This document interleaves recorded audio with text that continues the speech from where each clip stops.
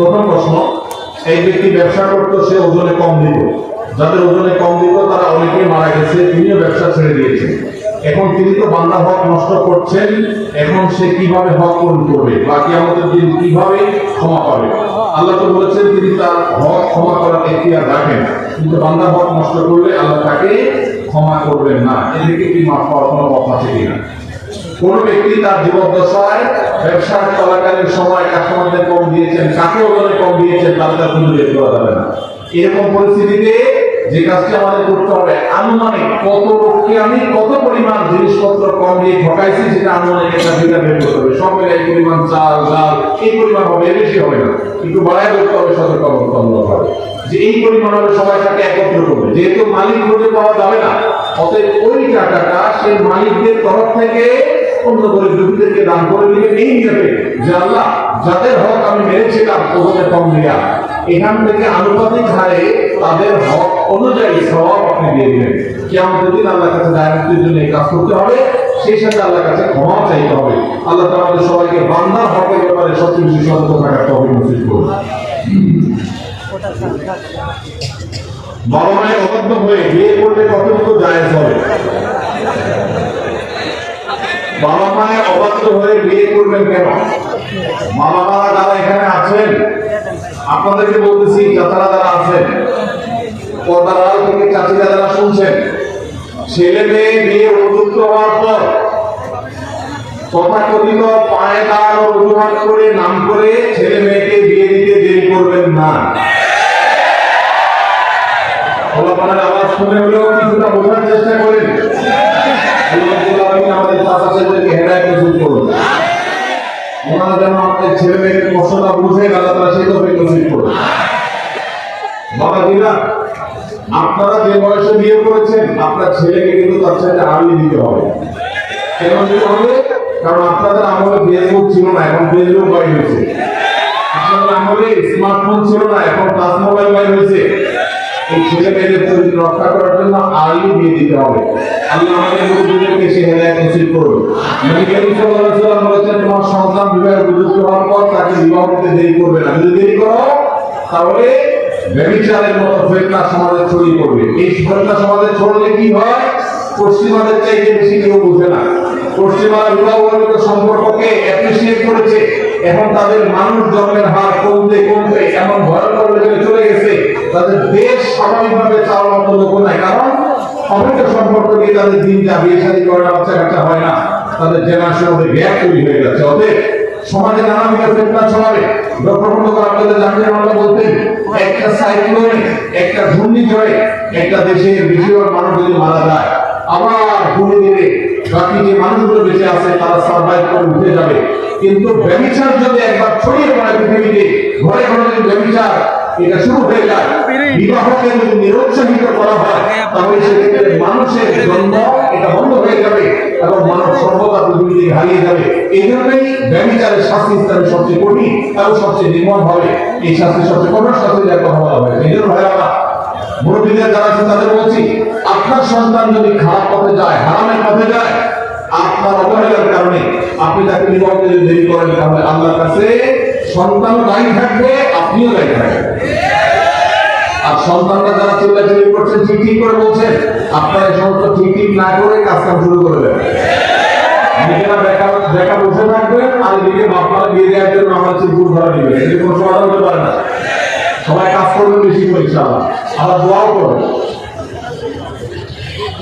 ছাত্র অবস্থায় বিয়ে করা যাবে কিনা, সমস্যা কি? ছাত্র অবস্থায় আপনি টিউশনি করে বিভিন্ন ভাবে উপার্জন করতে পারবেন কি পারবেন না? তো যদি উপার্জন করতে পারেন তাহলে বিয়েও করতে পারবেন ইনশাআল্লাহ। আল্লাহ তাআলা আমাদের মুরব্বিদের মনের মধ্যে সুমতি দান করুন। আর যারা আপনারা আছেন আমাদের যুবক ভাই, আপনাদেরকে বলবো, যতদিন বিয়ে করার সামর্থ্য আল্লাহ দিচ্ছেন না, ততদিন পর্যন্ত নিজেকে সংযত রাখতে হবে, হারাম সম্পর্কে জড়ানো যাবে। যতদিন পর্যন্ত আর্থিক সংগতি হয় না, ততদিন সবর করতে হবে। নবী সাল্লাল্লাহু আলাইহি ওয়াসাল্লাম বলেছেন, ইয়া মাশারাশ শাবাব মান ইসতাতা আলাইকুমুল বাআতা ফালিয়াতাযাওয়াজ ওয়া মান লাম ইয়াস্তাতি ফাআলাইহি বিস-সাওম। হে যুবকরা, তোমাদের যাদের বিবাহ করার সামর্থ্য আছে, আর্থিক সংগতি আছে, তারা বিবাহ করো। যাদের আর্থিক সংগতি নাই তারা যেন রোজা রাখে। নিজেকে সংবরণ করে, সবর করে। অতএব বড় ভাইরা চরিত্রের হেফাজত করতে হবে। চরিত্রের হেফাজত করতে পারলে এটা আপনাদের জন্য অনেক বড় অ্যাচিভমেন্ট, এটা অনেক বড় ইবাদত, এটা আল্লাহর কাছে আপনাদের তাকওয়া প্রমাণ অনেক বড় সুযোগ। আল্লাহ তাআলা আমাদের যুবক ভাইদের চরিত্রগুলোকে হেফাজত করার তৌফিক নসিব করুন। মনে রাখবেন, যদি যৌবনকে হারাম সম্পর্ক দিয়ে আপনি কালিমা যুক্ত করেন, এখানে রিকভার করা এত সহজ নয়। যাদের হারাম সম্পর্ক আছে এখন তওবা করুন, নতুন জীবন গড়ুন এবং নিজেকে সবর করুন, হারাম থেকে দূরে সরে রাখেন। আল্লাহ কেন বলেছেন ওলা তাকরাবুজ জিনা, জিনা কাছেও যেও না। কারণ আগে থেকে আপনি দূরে থাকলে তখন বাঁচতে পারবেন। এই সম্পর্ক হারাম সম্পর্ক থেকে দূরে সরে আসতে হবে। আল্লাহ আমাদের সবাইকে তৌফিক দান করুন। বাবা মায়ের কোন অবাধ্য সন্তান যদি পারিবারিক সম্পদের অংশের ভাগ না দেওয়া হয়, তাহলে বাবা মায়ের পড়াশোনা হবে কিনা? বাবা মার মৃত্যুর পর তাদের সম্পদের অংশ ভাইরা বোনেরা নিজেরা ঠিকঠাক মতো বন্টন না করে, কাউকে যদি ঠকায়, বাবা মার যদি কোনো ত্রুটি না থাকে, তারা যদি কোনো ভুল ওসিয়ত করে না যায়, সন্তানদেরকে কুশিক্ষা দিয়ে না যায়, তাহলে তাদের কোনো দায় নাই। তবে সন্তানরা উল্টা পাল্টা করবে এরকম যদি আশঙ্কা করে, তাহলে জীবদ্দশায় বাবা মার উচিত ওসিয়ত করা যে বাবা আমার মৃত্যুর পর তোমরা ভাইরা বোনেরা কিন্তু শরিয়ার নির্দেশনা অনুযায়ী কোন নির্দেশনা বন্টন করবা, খবর করে হেল্প করবা না, ওসিয়ত করে যাবে। ওসিয়ত করার পরে যদি সন্তানরা উল্টাপাল্টা করে, বাবার আর কোনো দায় থাকবে না। আমরা যারা এখানে আসছি, অনেকে ওয়াজ শুনেন, মাহফিলে আসেন, অনেকে মাশাআল্লাহ ভালো ভালো কাজ করেন, নামাজ কালাম পড়েন, কিন্তু বাবার সম্পদে, মায়ের সম্পদে, ভাইয়ের এবং বোনের যে হক আছে সেটা পাই করে হিসাব করে বুঝে যায় না। সবাই বুঝে নেবেন ইনশাআল্লাহ। এরপর প্রশ্ন হলো, আল্লাহ যে আছে দলিল কি? কোরআন হাদিস থেকে দলিল মানবো না, কারণ এগুলো তারই কথা। এটা আমাদের যে ভাই প্রশ্ন দিয়েছেন, তিনি যদি আমাদের কোনো নাস্তিক ভাই হন বা অন্য ধর্মাবলম্বী ভাই হন বা যেই হন না কেন, তাকে আমি বলতে চাই, আল্লাহ যে আছেন এটা প্রমাণ হলো আপনি নিজে। আপনি আপনার লাইফটা কোথেকে পাইছেন? নেট থেকে ডাউনলোড করে নিয়েছেন? কি বলেন? আপনি নিজেকে কোথেকে পাইছেন? আপনার আব্বা আম্মা আপনাকে নেট থেকে ডাউনলোড করে নিয়ে আসছে? ভাইরা না, আমাদের অস্তিত্বই আল্লাহর অস্তিত্বের সাক্ষী। আল্লাহ তাআলা বলেছেন, "ফি আনফুসিকুম আফালা তুবসিরুন?" তোমাদের অস্তিত্বের মধ্যেই আল্লাহর অস্তিত্বের নিদর্শন আছে, তোমরা কি দেখো না? ভাইরা, আল্লাহর বিশাল সৃষ্টি জগৎ, এই মহা সৃষ্টি, এত বিশাল সৃষ্টি জগৎ দেখার পরও যদি কেউ স্রষ্টাকে বিশ্বাস করতে কষ্ট হয়, তাহলে তার মতো হতভাগা কে হতে পারে? ভাইরা, এই সৃষ্টি জগৎই স্রষ্টার অস্তিত্বের সাক্ষী। আল্লাহ এই সৃষ্টি জগৎ দেখে, তার সুন্দর সৃষ্টি দেখে আল্লাহর অস্তিত্ব এটা খুঁজে পাওয়ার হেদায়েত তৌফিক আল্লাহ আমাদেরকে দান করুন। ভাইরা, আমরা যদি আমাদের অস্তিত্বের দিকে তাকাই, আল্লাহ সৃষ্টির দিকে তাকাই, সূরা মুলকের শুরুর আয়াতগুলো যদি অনুবাদ সহকারে আপনি পড়েন, কোরআন পড়ে আল্লাহ রাব্বুল আলামিন যে বলেছেন আল্লাহ রাব্বুল আলামিনের সৃষ্টি শৈলী, সেগুলো আপনি অধ্যয়ন করেন, তাহলে দিনের আনন্দ পরিষ্কার হবে যে আল্লাহ রাব্বুল আলামিনের অস্তিত্ব এটা ওয়াজিবুল উজুদ, এটা অস্তিত্বহীনতা কখনো কল্পনা করা যায় না। এটা দীর্ঘ আলোচনা করার সুযোগ নেই, শুধু এটুকুই বললাম যে আপনার আমার সৃষ্টি এটাই আমাদের স্রষ্টার কথা স্মরণ করিয়ে দেয়। কারণ স্রষ্টা ছাড়া কখনো সৃষ্টি হতে পারে? ছোট বড় এমন কিছু পৃথিবীতে নাই যেটা কেউ তৈরি করা ছাড়া। সেই মাইকটা কেউ তৈরি করেছে, এই পানির বোতলটা কেউ তৈরি করেছেন, এই কাগজটা কেউ তৈরি করেছেন। প্রত্যেকটা জিনিসের যেরকম কেউ একটা তৈরি করেছে, ক্রিয়েটর আছেন, সেখানে এই মহা সৃষ্টি এত কিছু আমি আপনি সহ আমাদের এবং এই আল্লাহর সৃষ্টি জগতের বিশাল আয়োজন, এগুলো কোনো ক্রিয়েটর নাই। এটা হাস্যকর কথা আর কি। আল্লাহ তাআলা আমাদেরকে হেদায়েত নসিব করুন। হেদায়েত যদি আল্লাহ তাআলা কাউকে দান না করেন, তাহলে সেক্ষেত্রে সে অনেক নলেজ অর্জন করার পর সঠিক পথে আসবে না। এই জন্য আল্লাহর কাছে হেদায়েত চাইতে আমাদেরকে শিক্ষা দেওয়া হয়েছে। এই সিরাতুল মুস্তাকিম আমরা সেটা আল্লাহ তাআলার কাছে করবো ইনশাআল্লাহ। আমরা জানি সমস্ত কাজ নিজের উপর নির্ভরশীল, কিন্তু একজন মানুষ তার পীরের পায়ে সিজদা দিয়ে বলছে আমার মনে নিয়ত আছে আল্লাহকে সিজদা দিচ্ছি, এটা জায়েজ আছে কিনা? ভাইরা, আমাদের এই কপাল শুধুমাত্র আমরা নিবেদন করব আল্লাহকে। কাকে? আল্লাহকে। আল্লাহ ছাড়া মানুষের এই কপাল আর কারোর সামনে সিজদায় অবনত হবে না। আল্লাহ সুবহানাহু ওয়া তাআলা কোরআনে কারীমে সূরা ফাতিহাতে আমাদেরকে শিক্ষা দিয়েছেন, ইয়্যাকা না'বুদু, আল্লাহ আপনারই ইবাদত করি। আমরা ইবাদত করি শুধু কার? ইয়্যাকা মানে হলো শুধুই আপনার ইবাদত করি, তার কারণ না।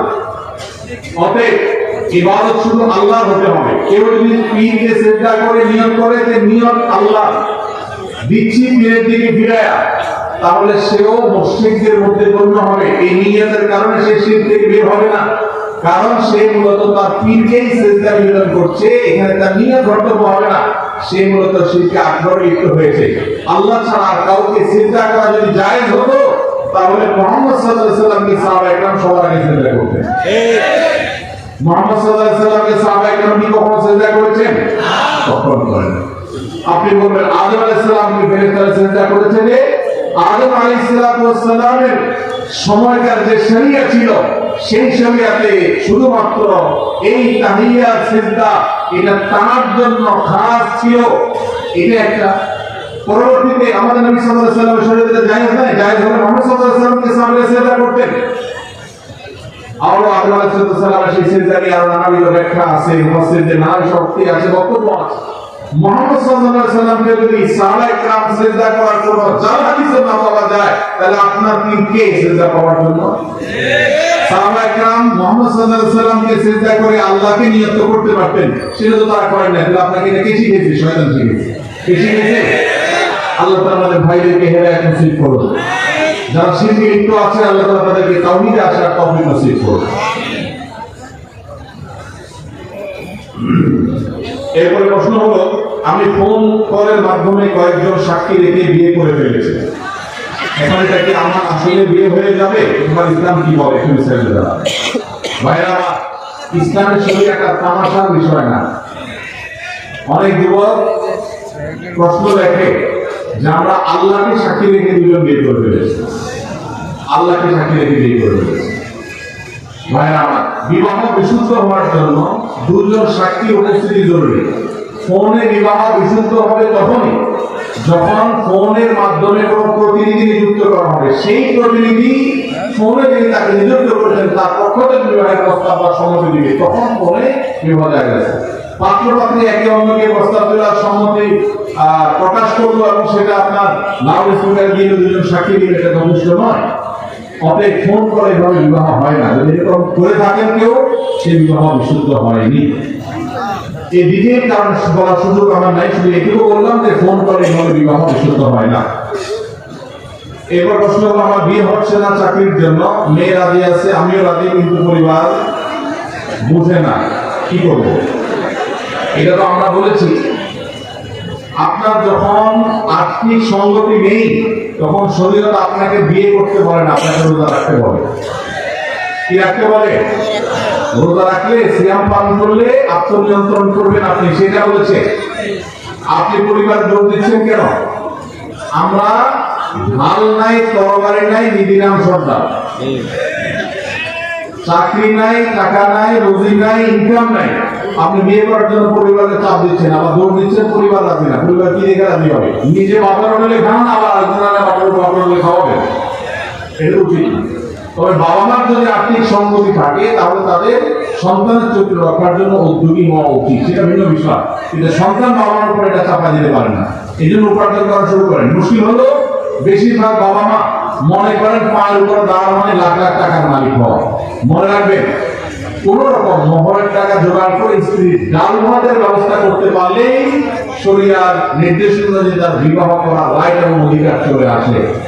বাবা মা কোনো খোলা উঁচুভাবে তার বিবাহ বিলম্ব করার এখতিয়ার তাদের নাই। আল্লাহ তাআলা আমাদের মুরব্বিদেরকে আবার দোয়া করে হেদায়েত নসিব করুন। আমি বলছিলাম যে আমি অমুক সরকার পদত্যাগ করলে 10টা রোজা রাখবো, কিন্তু কেউ কেউ বলে যে রোজা রাখা যাবে না। আমি এখন কি করবো? আপনার মতামত চাই। আপনি যদি এটা মানত করে থাকেন যে অমুকের চলে গেলে, অমুকের পতন হলে, অমুকটা নেমে গেলে আমি রোজা রাখবো, তাহলে সেক্ষেত্রে তার পতন হলে, সে চলে গেলে আপনার রোজা ঠিকই রাখা লাগবে। কারণ রোজা রাখার মান্য এটা বিশুদ্ধ মান্য। যেহেতু আপনি যেটা চেয়েছেন সেটা হয়েছে, সেটা যেহেতু হয়েছে, অতএব যেটা শর্ত দিয়েছে এটা পূরণ করতে হবে। তবে নবী করিম সাল্লাল্লাহু আলাইহি ওয়াসাল্লামের হাদিস থেকে আমরা জানি মানত করার জন্য আমাদেরকে নিরুৎসাহিত করতে, মানত না করে যে কোনো কাজ, আপনি কোনো কাজ ভালো কাজ করবেন, আপনি সেই কাজের জন্য দান করবেন, সাদাকা করবেন, নেক আমল করবেন, করে আল্লাহর কাছে দোয়া করবেন। আল্লাহকে শর্ত দিবেন, আল্লাহ তুমি আমার এটা দাও, তাহলে আমি এটা দেব। এটা হলো ইন্নামা ইউস্তাখরাজু মিনাল বাখিল। নবী সাল্লাল্লাহু আলাইহি ওয়াসাল্লাম বলেছেন এটা কি করে সম্পদ বের করার একটা পলিসি, যে আল্লাহ আমার ছেলেটা পাস করলে আমি 10 টাকা দান করব। কেন আগে 10 টাকা দান করে তারপর দোয়া করা যায় না? এটাই হলো সুন্নাহ। মানত করা সুন্নাহ নয়, তবে যদি কেউ মানত করে তখন তার পুরো করা ওয়াজিব হয়ে যায়, অতএব আপনার উপরে ওয়াজিব হয়ে যাবে। বিগত 1 বছর ধরে আমার সাথে একটা মেয়ে হারাম সম্পর্ক ছিল, হারাম সম্পর্কটা আমি হারাম করার জন্য আমার ফ্যামিলিকে রাজি। সব কি এটাকে প্রশ্ন নাকি? বর্তমান সমাজের পরিস্থিতি কি সংগঠন করতেই হয়? সংগঠন না করলে কি জান্নাত পাওয়া যাবে না? ভাইরা আমার, দ্বীনের কাজ করার জন্য সুশৃঙ্খল উপায়ে সুসংগঠিত ভাবে কাজ করলে অনেক ভালো ইফেক্টিভ কাজ করা যায়। একা একা বিশৃঙ্খল ভাবে কাজ করলে সেটা এত সুন্দরভাবে করা যায়। অতএব দ্বীনের কাজ, দাওয়াতের কাজ করার জন্য সুসংগঠিত কোনো উপায় যদি অবলম্বন করেন সেটা অনেক ভালো। কিন্তু সেই সুসংগঠিত উপায় অবলম্বন করতে গিয়ে ওইটাকেই যদি আবার দ্বীনের এমন অংশ বানিয়ে নেন যে এটা বাইরে যা আছে সেগুলোকে আপনি ডিসকারেজ করা শুরু করে দেন, ইসলাম খারিজ করা শুরু করে দেন, তখন সেটা কিন্তু বাড়ানোই হবে, মোহনাই হবে। সুসংগঠিত উপায়ে ঢাকায় কাজ করা এটা ভালো। এই জন্য আপনি কোন সংগঠনের অধীনে থেকে, কোন চেইনের অধীনে থেকে আপনি দাওয়াতি কাজ করলে সেটা প্রশংসনীয়, অবশ্যই দোষণীয় না। একাকি করার চাইতে সেটা অনেক বেশি ফলপ্রসূ হয়। কিন্তু এর মানে এই না যে সেটা একা একা কেউ করতে পারবে না। কেউ যদি একা একা তার দায়িত্ব পালন করার চেষ্টা করে, দাওয়াতি কাজ করার চেষ্টা করে, তাদের জায়গা আছে। কিন্তু একই কাজ যদি আরো সুসংগত উপায়ে, আরো সুন্দর উপায়ে, সুশৃঙ্খল করার সুযোগ থাকে, সেটা অবশ্যই কেউ করতে পারে। এটা কিন্তু ফরজ বলার এখতিয়ার রাখে না। বিশেষ করে বহু সংগঠন আছে, সেবামূলক সংগঠন আছে, দাওয়ামূলক সংগঠন আছে, নানামুখী সংগঠন আছে। এই কোন সংগঠনের কোন বিশেষ সংগঠন এটা করতে হবে আপনাকে এরকম কোন বাধ্যবাধকতা কোন হাদিসের আলোকে ফরজ বা ওয়াজিব নির্দিষ্ট কোন সংগঠন সম্পর্কে উদ্ভব তবে না, সুসংগঠিত ভাবে সুশৃঙ্খল ভাবে দাওয়াতি কাজ করা সেটা আমাদের ইফেক্টিভ। সেই জায়গা থেকে আমাদের করার চেষ্টা করা দরকার। এরপর প্রশ্ন হলো, একজন স্ত্রী তার স্বামীকে তালাক প্রদান করেছেন, কিন্তু স্বামী তার স্ত্রীকে তালাক প্রদান করেন। এখন স্ত্রী আবার তার স্বামীর নিকট ফিরে আসতে চান, কিন্তু তালাকের 1 বছর পূর্ণ হয়েছে, এখন করণীয়। প্রথম কথা হলো তালাকের কোনো উত্তর এইভাবে আমরা কোন সংক্ষিপ্ত প্রশ্নোত্তরের সেশনে বা কোনো মিডিয়াতে টেলিভিশন আমরা দিই না। কারণ তালাকের প্রশ্নের উত্তর নিতে হলে ডিটেইল সব লিখে তারপরে তার উত্তর নিতে হয়। এখানে একটু হেরফের হয়ে গেলে ব্যস্ত হয়ে যায়। এই আব্দুল্লাহ জামিল আমাদের প্রতিষ্ঠিত আসুন্নাহ ট্রাস্টের এখানে আলহামদুলিল্লাহ দাওয়া বিভাগ রয়েছে, গবেষণা বিভাগ রয়েছে, এখানে ওলামা একরাম মুফতি সাহেবরা আছেন, বড় বড় দেশকার ওলামা একরাম আছেন।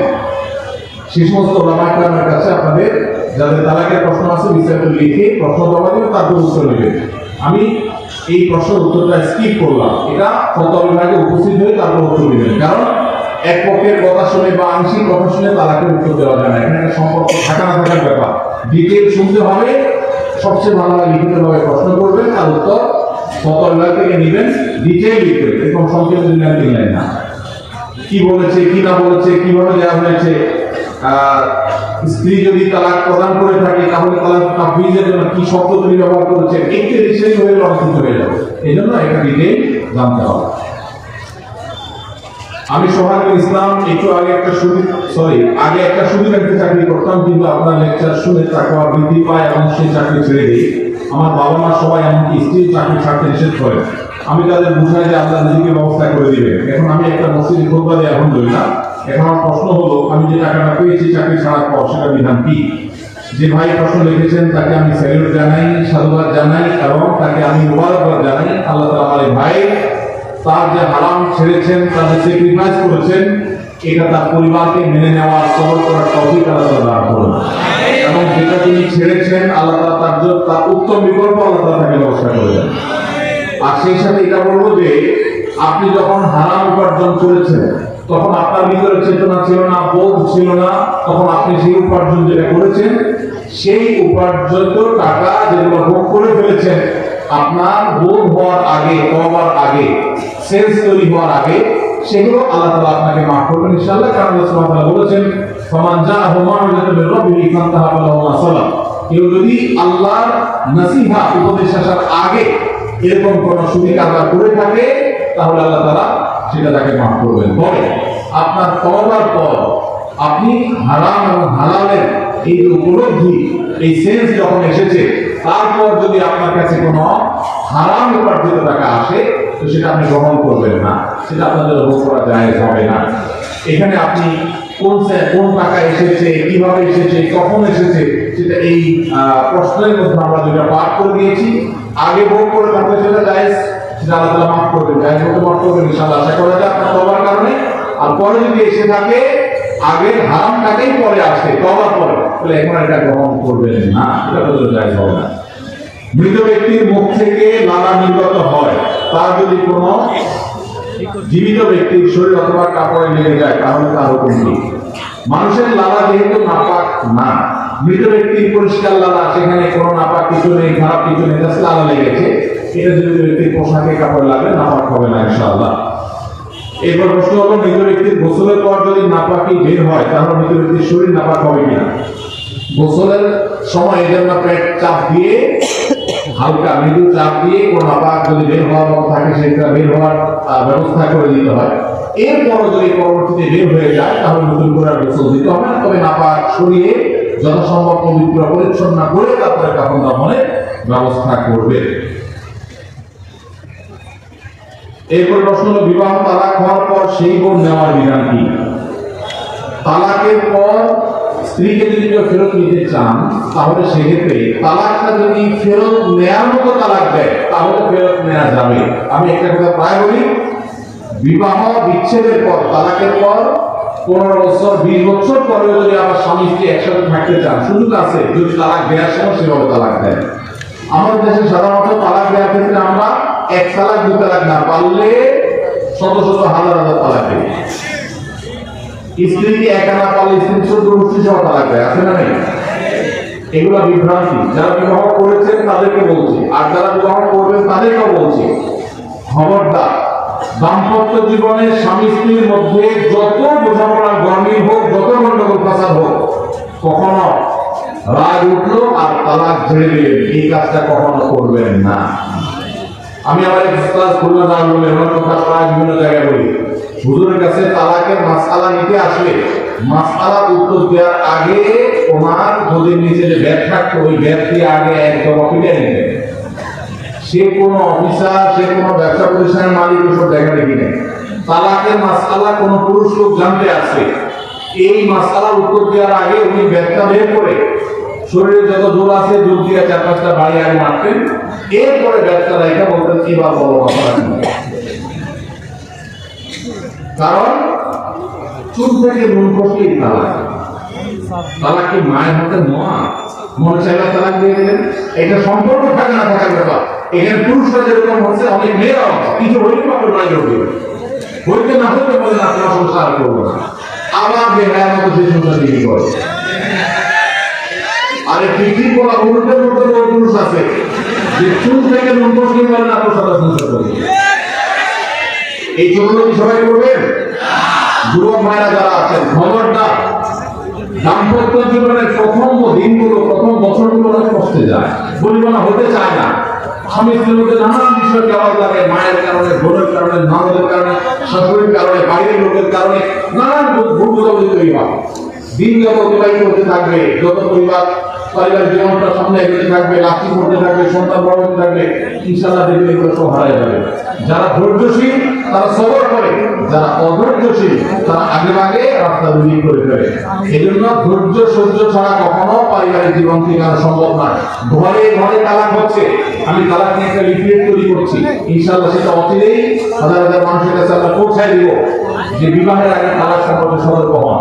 বেশিরভাগ মানুষ তালাক দিয়ে এসে করে চোখের পানি ফেলে, এসে বলে হুজুর বিয়ে ফেলেছে এখন কি করবে।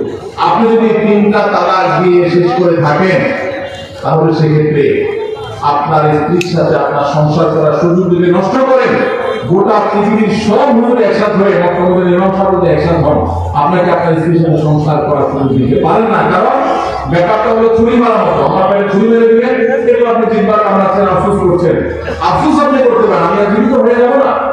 সম্পর্ক সম্পর্কটা এরকম। এই জন্য খবরদার, রাগের মাথায় যদি ডিসিশন নেন যে তার সাথে আমি সংসার করবো না, তখন স্ত্রীকে কিছু বলবেন না। আমি যদি এজন্য বলি, রাগ উঠেছে পারলে একটা ধাক্কা দিলেন, একটা বকা দিলেন, ভালো কথা বলে বকা দিলেন, গালি গালেন না, পারলে একটা চিমটি দিলেন। যদি আপনি অন্যায় করে থাকেন তাহলে আপনার বিচার করা যাবে। কিন্তু যে তালাক দিয়ে বসেন, তালাক কিন্তু ওনার কিন্তু মহান ওনার কিন্তু নবী সাল্লাল্লাহু আলাইহি ওয়াসাল্লাম বলেছেন তিনটা কাজ ইচ্ছাকৃত করলে যা হবে, দুষ্কর্মী করে করলেও তা হবে। আমাদের দেশে বিভিন্ন জায়গায় একসময় ছিল, এখন আছে কিনা জানি না, অনেক এলাকার প্রশাসন, অনেক ভাইরা তারা বড় বড় সাইনবোর্ড লাগিয়ে রাখছে, রাগের মাথায় তালাক দিলে তালাক হয় না। দেখছেন আপনারা এই সাইনবোর্ড? কেউ দুর্ভাগ্য হয় না, এখানে এরকম সাইনবোর্ড অনেক জায়গায় আছে। আমাদের দুর্ভাগ্য যে আমাদের ফটো অনেক সময় আমাদের প্রশাসনের বাইরে দিয়ে দেয়, রাগের মাথায় তালাক দিলে নাকি তালাক হয় না। তালাক কি মানুষ মহব্বত করতে করতে দেয়? স্ত্রীর সাথে মহব্বত ভালোবাসা আত্মীয় দিয়ে তালাক দিয়ে দেয়? আর তো দেয় না কেন? তবে শরীয়ত বলে রাগের মাথায় আপনি ব্যালেন্স হারিয়ে তালাক দিয়ে পরে আফসোস যেন করতে না হয়, এই জন্য আপনাকে সবর করতে হবে। তালাক দেওয়ার ডিসিশন নিয়েছেন, স্ত্রীর একটা মাসিক পার হওয়ার পর্যন্ত অপেক্ষা করতে হবে। আসলেও কেউ দিয়ে তালাক দেবেন কিনা, তালাক দেওয়ার নিয়ম শুনেন। যেভাবে তালাক দিলে আবার ফেরত নিতে পারবেন কখনো চাইলে, সেটা সুযোগ কখন হবে আপনি সিদ্ধান্ত নিচ্ছেন না আর একসাথে আমরা থাকবো না, ওকে ফাইন, পরামর্শ করছেন বন্ধু বান্ধব, বিচক্ষণ মুরব্বী, আলেম ওলামা, লয়ার প্রয়োজন, তাহলে এবার আপনাকে অপেক্ষা করতে হবে। সিদ্ধান্ত নিলেন আজকে আর কালকে তালাক দিবেন কিনা, অপেক্ষা করতে হবে একটা মাসিকে। মাসিক পার হবে, এরপরে পবিত্রতা আসবে। সেই পবিত্রতা ক্লিয়ারে শারীরিক কোনো সম্পর্ক হওয়ার আগে আপনাকে তালাক দিতে হবে। এটা তালাক সুন্নাহ। এভাবে তালাক দেন, যদি দিতে হয় এভাবে দিতে হবে। কেন শরীয়ত এত দৃষ্টি অবলম্বন করতে জানেন? কারণ শরীয়ত এনশিওর করতে চায় আপনার তালাকটা খুব বিচক্ষণতার সাথে, বুদ্ধিদীপ্তভাবে, সুচিন্তিতভাবে হয়েছে, ঠান্ডা মাথায় হয়েছে, বুঝে শুনে হয়েছে। আপনি এটা অ্যাবনর্মাল হয়ে মেজাজ হারিয়ে আপনি মাথা গরম করে দিয়ে ফেলেননি। এটা নিশ্চিত করবার জন্য এতগুলো সময়, এতগুলো স্টেপ নিয়েছে যে একটা মাসিক পিরিয়ড পার হওয়ার পরও স্বামী স্ত্রী একে অন্যের প্রতি যথেষ্ট আকৃষ্ট হওয়ার কারণ থাকা সত্ত্বেও সেই শারীরিক সম্পর্ক করার আগে আপনি তালাক দিচ্ছেন, মানে হলো যথেষ্ট যৌক্তিকতা আছে এবং আপনি খুব কনভিন্স হয়ে বুঝে শুনে তালাক দিচ্ছেন। এটা এনশিওর করার জন্য যেগুলো বাদ দিয়েছে, এই বাদ পার হওয়ার পর আপনাকে তালাক দিতে হবে। আমাদের দেশে 1000 ভিতরে 999 জন মানুষ তালাক দেওয়ার সময় মুফতি আসলো, আপট করে তালাক দিয়েছিল। এটা সুন্নাহ তালাক নয়। এই তালাকটা এইভাবে তালাক দেওয়া এটা একটা গুনাহের কাজ। এবার তালাক দিবেন না, তালাক দেওয়া যাবে না। এই জন্য যুবক ভাইরা যারা নিয়ম করবেন ভবিষ্যতে আপনারা জেনে রাখেন, ঘরে ঘরে তালাক হচ্ছে। ঢাকায় যতগুলো বিবাহ রেকর্ড হয়, আনুপাতিক হারে প্রায় পাল্লা দিয়ে কতগুলো বিবাহ বিচ্ছেদ হয়। ভয়ঙ্কর ভাবে তালাক বেড়ে চলেছে। কয়েক জায়গায় মাহফিলে গিয়েছি, এলাকার চেয়ারম্যান সাহেব বলছে, ভাই আমি চেয়ারম্যান হওয়ার পরে যে বিচার আছে আমার কাছে আসছে, বিসমিল্লাহ করছি তালাকের বিচার দেয়। দেখে বলছে যে কয়েকদিন ভিতরে 20-25টা তালাকের বিচার আসছে, আর যেগুলো আমার কাছে আসছে সেগুলো তো আমাদের দেশে বাইরে। এই জন্য আপনাদের প্রতি আহ্বান রাখতে চাই, আমাদের সংসারগুলো সব খান খান হয়ে যাচ্ছে। সবাই সংযমী হতে হবে, ধৈর্যশীল হতে হবে। as-sabru জাযাউহু আল-জান্নাহ, সবরের বিনিময়ে আল্লাহ তাআলা জান্নাত দান করবেন। সবাই সবর করবেন তো ইনশাআল্লাহ। দাম্পত্য জীবনে আর যা হোক, খবরদার কখনো মাথা গরম করে তালাক দিবেন। আমি যেভাবে বলেছি সুন্নাহ সম্মত তালাক, এভাবে যদি পিরিয়ড যাওয়ার পরে, সুস্থ হওয়ার পর, শারীরিক সম্পর্কের আগে একটা তালাক দিবেন, এটা হলো সুন্নাহ। তালাক কয়টা হবে? একটা। একটা বেশি তালাক দিবেন সেটা জায়েজ হলো না। জায়েজ হবে একটা তালাক। একটা তালাক দিলেন, বাস রেখে দিলেন। 2 মাস 3 মাস পার হয়ে গেল, আপনার সম্পর্ক ছিন্ন হয়ে গেল, দুজন দুদিকে যেতে পারেন, আলাদা বিয়ে হতে পারে। আবার বহুকাল পরে চাইলে নিজেরা শুধু বিবাহ করিয়ে আগ্রহ করে আবার একত্র হয়ে যেতে পারবে। আর যদি আপনি একটা দিয়েছেন, আবার আরেকটা দিয়েছেন, সবার পর একটা দিয়েছেন, দিয়ে দিয়ে 3টা শেষ করে ফেলছেন, তাহলে আর কখনো বিবাহ যদি মক্কা ইমাম সাহেব এসব পড়ায়, তারপর আর একসাথে থাকতে পারবেন না। আল্লাহ তাআলা আমাদেরকে এই বিবাহ বন্ধন এবং তালাকের ক্ষেত্রে শরীয়তকে মেনে চলার তৌফিক দান করুন।